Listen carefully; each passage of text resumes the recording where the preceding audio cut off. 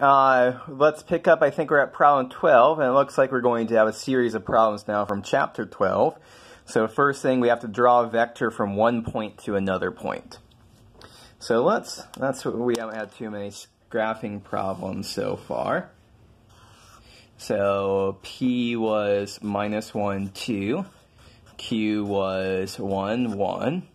So P is -1, 2. There's P. Q is 1, 1. There's Q. So there is our vector from P to Q. If we want to draw an equivalent vector with base point at the origin, so we would do 1 minus -1 and 1 minus 2. So our vector here is 2 minus 1.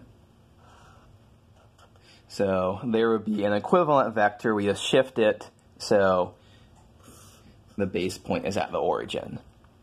So remember, vectors are equivalent. We can always translate them around, and usually the nicest thing for us to do is to have the base point be at the origin. Okay, that was straightforward enough. It's another straightforward question, number 13. We're given a vector and a point, and we want to find a point P such that PR is equivalent to V. So for this one, what do we have? V is 1, -1, 2. And we have a point R is 5, 3, -2. And so we want to find P such that PR is equivalent to 1, -1, 2. And so what do we do here? This is just, it's basically is figuring out what if P is X naught, Y naught, Z naught. We can just say, well, PR is 5 minus X naught, 3 minus Y naught, and -2 minus Z naught. The vector from P to R has components, X component R minus X entry of R minus X entry of P, Y entry of R minus Y entry of P, so on and so forth. And we just want those two to be equal to each other. So how do we accomplish this? It looks like X naught is 4, Y naught is, let's see, 4, and Z naught is -4. I think that does the trick.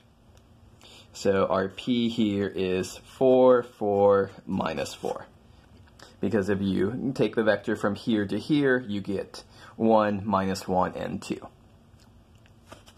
Okay, a couple of straightforward problems from the very beginnings of chapter 12. Problem number 14. Okay, find an angle between two vectors. We saw something like this before. It's asking, but it's also asking us specifically about obtuse or acuteness. So 1, 2, 3 here is our first vector. Our second vector, W, is 2, 1, 4. So cosine theta is V dot W over magnitude V times magnitude W.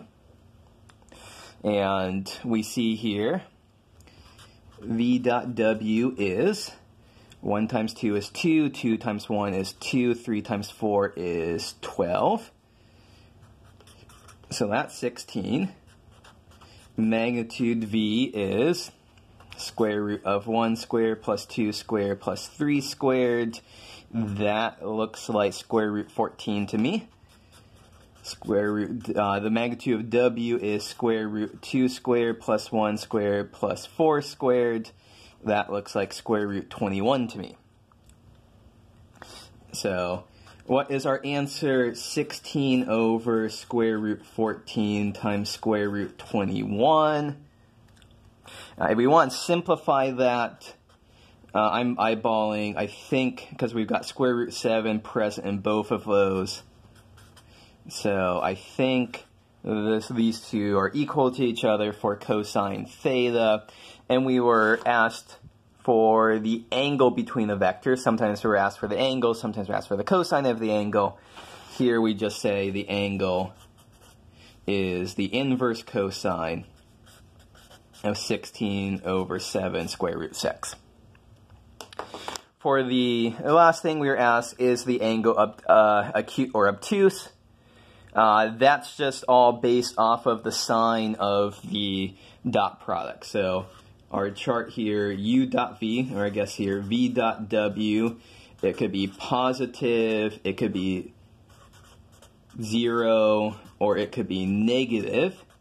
And so that corresponds to acute, right, or obtuse angles. And so which case are we in here? The dot product is positive, so we have an acute angle. Okay, that was problem 14. And we've got another decomposition, projection of u onto v problem here. So let's crank that one out. So u is 1, 5, 2. V is 1, 0, 1. So the projection of u onto v is u dot v over v dot v times v. What calculations do we have to do here? U dot v is 1 times 1 is 1, 5 times 0 is 0, 2 times 1 is 2. V dot v is 1 squared plus 0 squared plus 1 squared. So we have 3 and 2. So it's 3/2 times v. So 3/2 times 1, 0, 1 is 3/2, 0, 3/2. But then we also have to figure out the perpendicular component here. So u perp to v is u minus u parallel to v. So 1, 5, 2 minus 3/2, 0, 3/2. And so what do we have here? Minus 1/2, 5, and 2 minus 3/2 is 1/2. So in class I'd be asking you, how do we check our work? How do we check our work? So we have u is going to be u parallel to v is 3/2, 0, 3/2 plus minus 1/2, 5, 1/2. So we want to check to see that this does give us 1, 5, 2. You can check for yourself, not too bad. But then maybe the more interesting thing is to check that the dot product of these two gives us 0. So 3/2, 0, 3/2 dotted with minus 1/2, 5, 1/2 gives us 3/2 times minus 1/2 is minus 3/4. 0 times 2 cares is 0. 3/2 times 1/2 is plus 3/4. So yes, we get 0. That checks. So there's a smattering of problems from chapter 12.